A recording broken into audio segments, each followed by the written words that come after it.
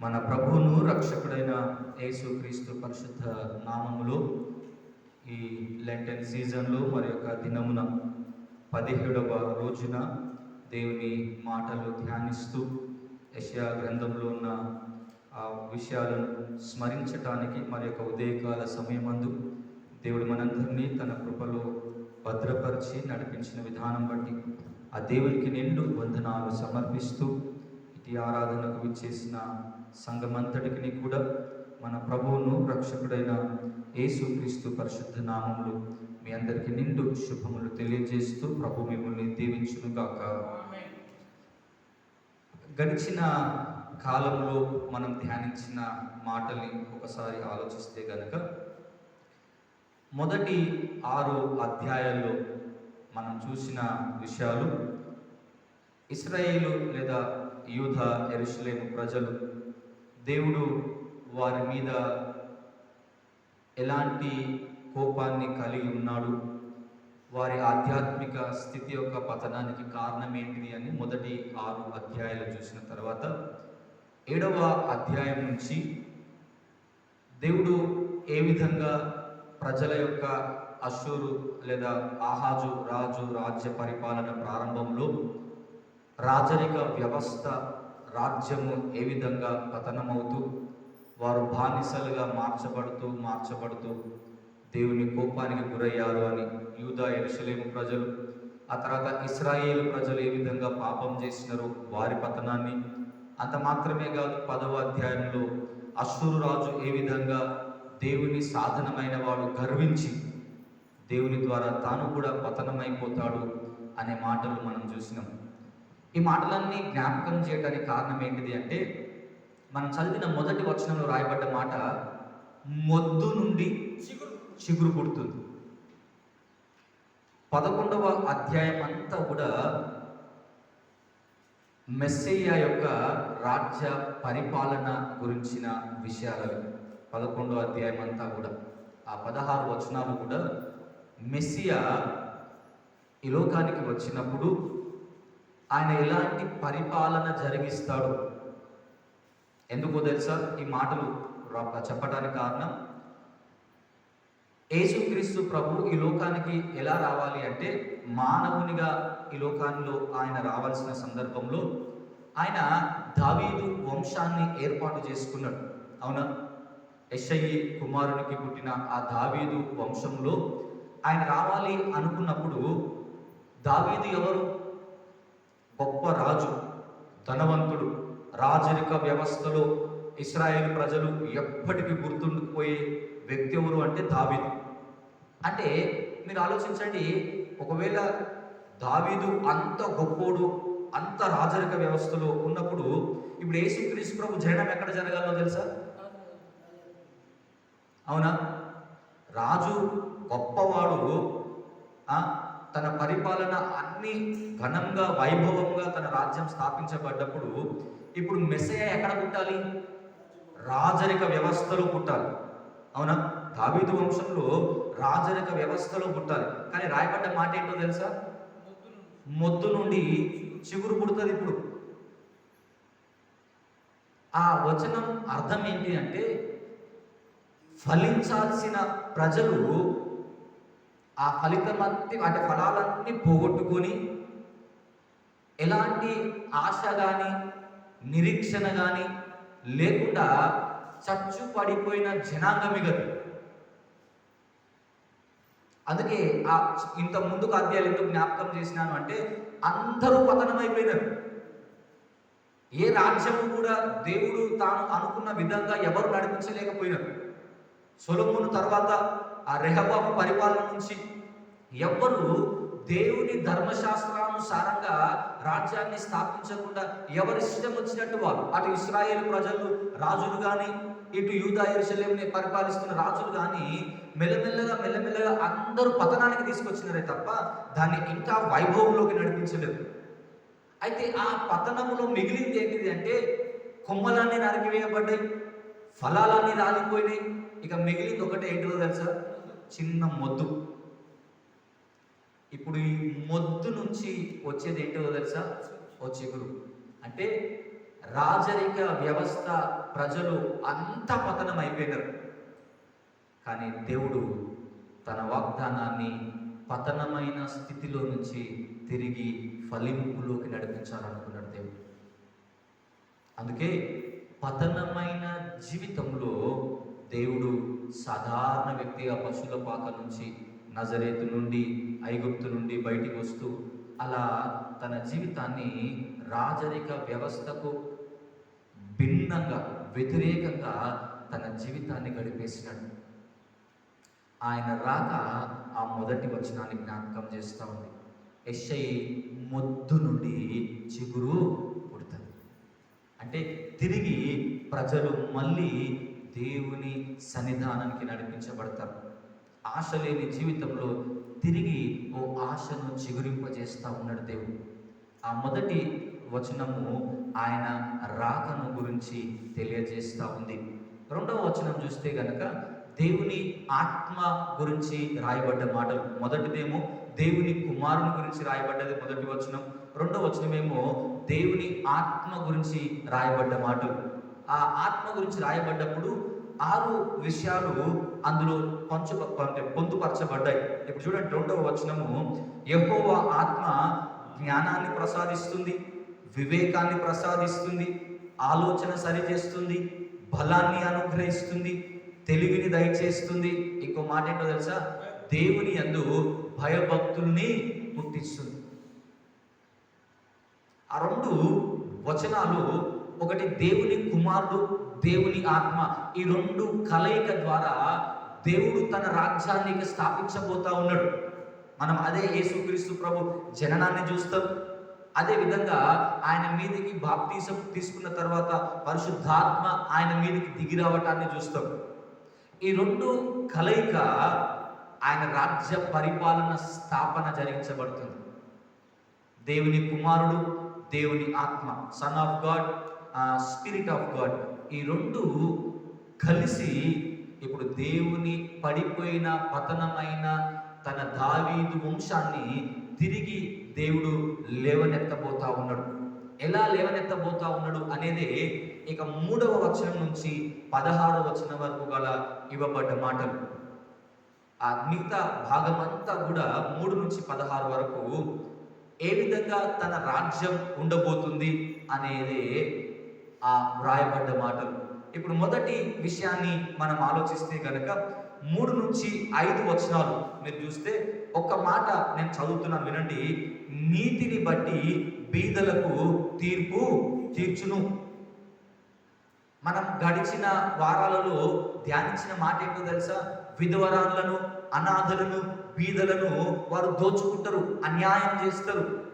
బలం లేని వారని, అధికారం లేని వారని, ఎవరు వారి పక్షంగా మాట్లాడేవారు లేరని అధికారులు అన్యాయం చేస్తూ వారిని అణిచివేస్తూ ఉన్నారు. కానీ దేవుని పరిపాలనలో మొదట రాయబడ్డది ఏంటో తెలుసా? ఆయన నీతి న్యాయములతో తన రాజ్యాన్ని స్థాపిస్తాడు. అంటే ఆయన రాజ్యంలో అన్యాయం, అక్రమం అనేది జరగటానికి వీలు లేదు.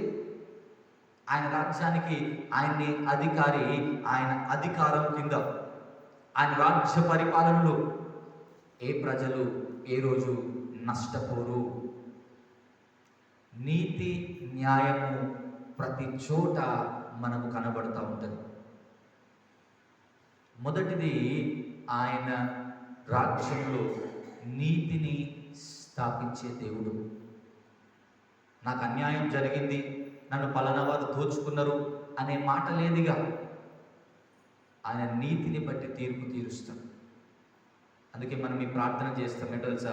నీ రాజ్యము వచ్చును గాక. ఎందుకు అయ్యా? నీ రాజ్యంలో ప్రజలకు క్షేమం ఉంటుంది, నీ రాజ్యంలో నీతి కనిపిస్తుంది, నీ రాజ్యంలో ఒకరినొకరు దోచుకోరు. నీ పరిపాలన నీతి న్యాయములతో జరిగేది మొదటి విషయం. రెండవ విషయము 6 నుంచి 9 వరకు మీరు చదివితే గనక అంతా మనం చదవలేం, కానీ ఆ 6 నుంచి 9 ఆ 4 వచనాలు దేవుడు చేసిన ఈ సృష్టి అంతటిలో నీకు సమాధానం కనబడుతుంది. ఇదే మాటలు మీకు ప్రకటన గ్రంథంలో కూడా కనబడతాయి. అంటే ఆయన రాజ్య స్థాపనలో వ్రాయబడ్డ మాట ఏంటో తెలుసా?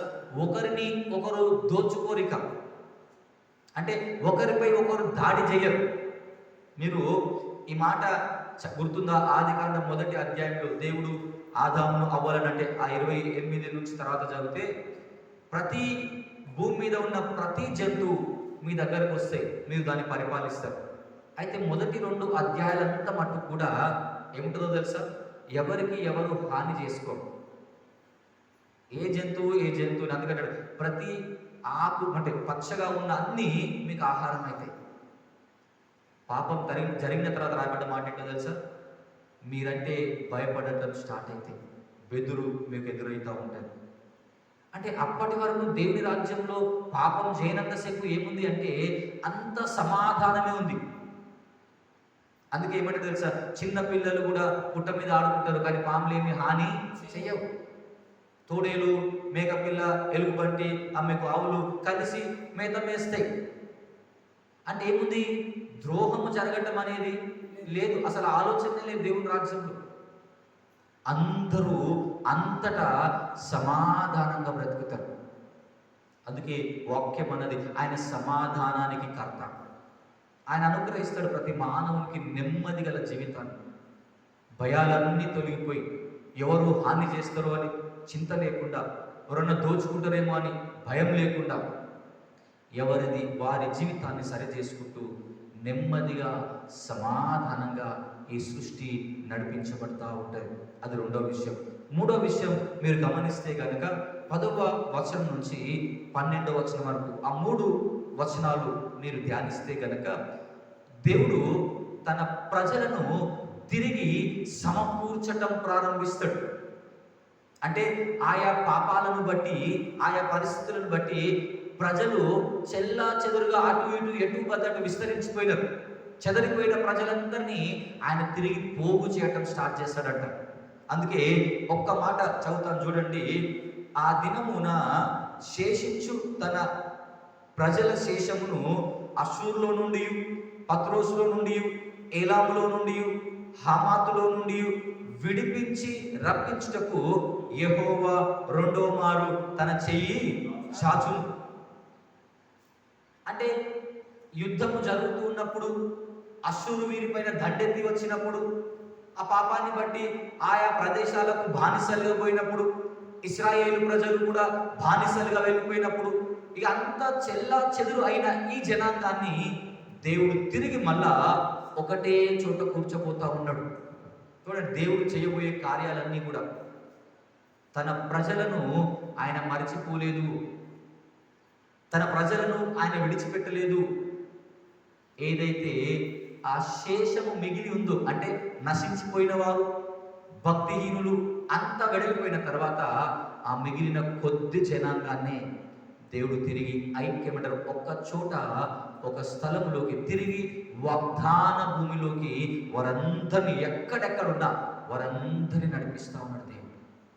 చెదరిపోయిన ఇశ్రాయేలు యూదా ప్రజలందరూ ఆ 12 గోత్రముల వారు తిరిగి తమ స్వదేశానికి దేవుడు నడిపిస్తూ ఉంటాడు. అది 3వ విషయం.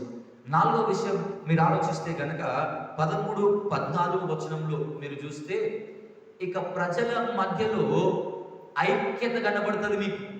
ఎందుకు? దేవుని పరిపాలన కదా. దేవుని పరిపాలనలో మీకు ఆ సమాధానం ఉన్నప్పుడు, నీతి న్యాయములు ఉన్నప్పుడు ఇక ఒకరిని ఒకరు దాడి చేసుకునే పరిస్థితులు ఏవి కూడా ఏర్పడవు.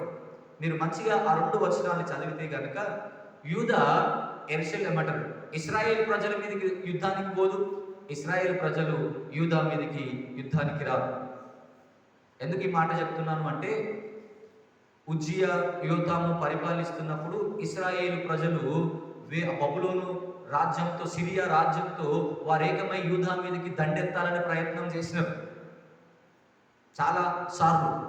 కానీ ఎప్పుడైతే దేవుడి రాజ్య స్థాపన జరిగిందో తన ప్రజలు ఐక్యతతో కలిసి బ్రతకటం స్టార్ట్ చేస్తారు. అంటే ఐక్యపరచబడాలి అంటే ఎవరి అధికారంలో ఉండాలో తెలుసా? మనం దేవుని ఆధీనంలో, అధికారంలో బ్రతికితే మనమందరం కలిసి బ్రతకగలుగుతాం. ఆ ప్రజలను దేవుడు పరిపాలించబోతున్నాడు. అందుకే రాజరిక వ్యవస్థ యేసుక్రీస్తు ప్రభు కాలం వచ్చేసరికి అసలు ఇశ్రాయేలు లేకుండా పోయింది. మొత్తం నాశనం, పతనం అయిపోయింది. దావీదు వంశంలో, గొప్ప వంశంలో ఆయన జన్మించాల్సిన వాడు, ఉన్నతమైన స్థితిలో ఉండాల్సిన వాడు. కానీ ఆ మొద్దు నుండి ఆయన తిరిగి తన రాజ్యాన్ని స్థాపిస్తూ ఉన్నాడు. ప్రజలను ఒక్కటి యూనిటీగా, ఐక్యతలోకి తాను నడిపించబోతా ఉన్నాడు.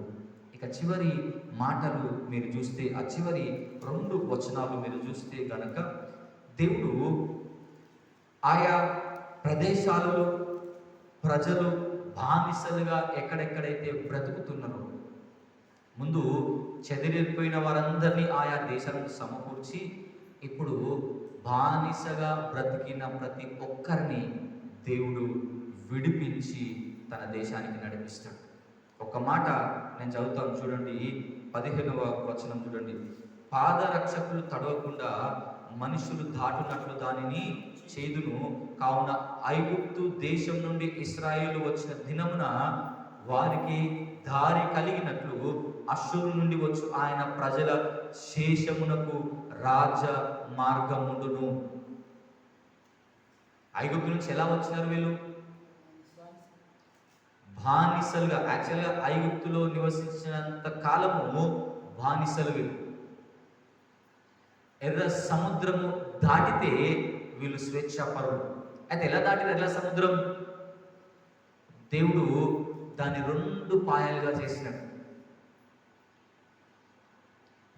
ఆ 2 పాయలుగా చేసినప్పుడు ఆరిన నేల మీద ప్రజలందరూ నడుచుకుంటూ వచ్చినారు.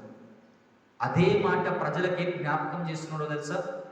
ఏ బానిస బ్రతుకు నుంచి అయితే మీరు ఎలా విడిపించారో ఒకసారి జ్ఞాపకం చేసుకొని, ఇప్పుడు కూడా ఓ రాజ మార్గం గుండా, అంటే భయపడుతూ దొంగగా రారు. ఇప్పుడు మీరు ధైర్యంగా రాజకుమారుల వలె, దేవుని బిడ్డల వలె ఓ రాజ మార్గాన్ని దేవుడు స్థిరపరుస్తాడు.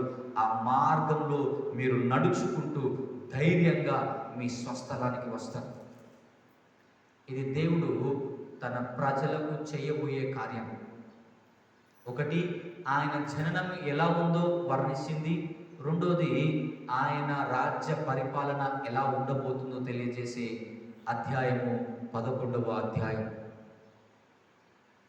మన జీవితాలలో ఒకవేళ మనము కూడా ఈరోజు మన పాపాన్ని బట్టి పతనం అయిపోయి ఉంటే కనుక, దేవుని అధికారంలో మనం రాగలిగితే, దేవా నీ రెక్కల క్రిందికి నేను వస్తున్నా అని మనం చెప్పగలిగితే, ఆయన అధికారంలో జరిగే ప్రతి మేలుని దేవుడు మన జీవితంలో జరిగించగలడు. ఆయనకు విరుద్ధంగా, ఆయనకు దూరంగా బ్రతుకుతూ మనము ఆయనకు ప్రార్థిస్తే గనక, ఇంకా పాపంలోనే కొనసాగితే గనక, ఆ శేషంలో నేనంట మనం ఉంటామా? ఆ భక్తి గల జనాంగంలో మనం కూడా దాచబడతామా? 2వ రాకడ గురించి రాయబడుతున్నప్పుడు మాటలు ఏంటో తెలుసా? దేవుడు తాను 2వ రాకడలో వస్తూ ఉన్నప్పుడు చాలా భయంకరమైన దినాలు జరుగుతూ ఉంటాయి. అయితే ఒక మాట ఏమంటో తెలుసా? ఆ దినములు ఎవ్వరూ తట్టుకోలేరు. ఒక మాట అంటాడు, ఏర్పరచబడిన వారి నిమిత్తము ఆ దినములు తక్కువ చేయబడ్డాయి.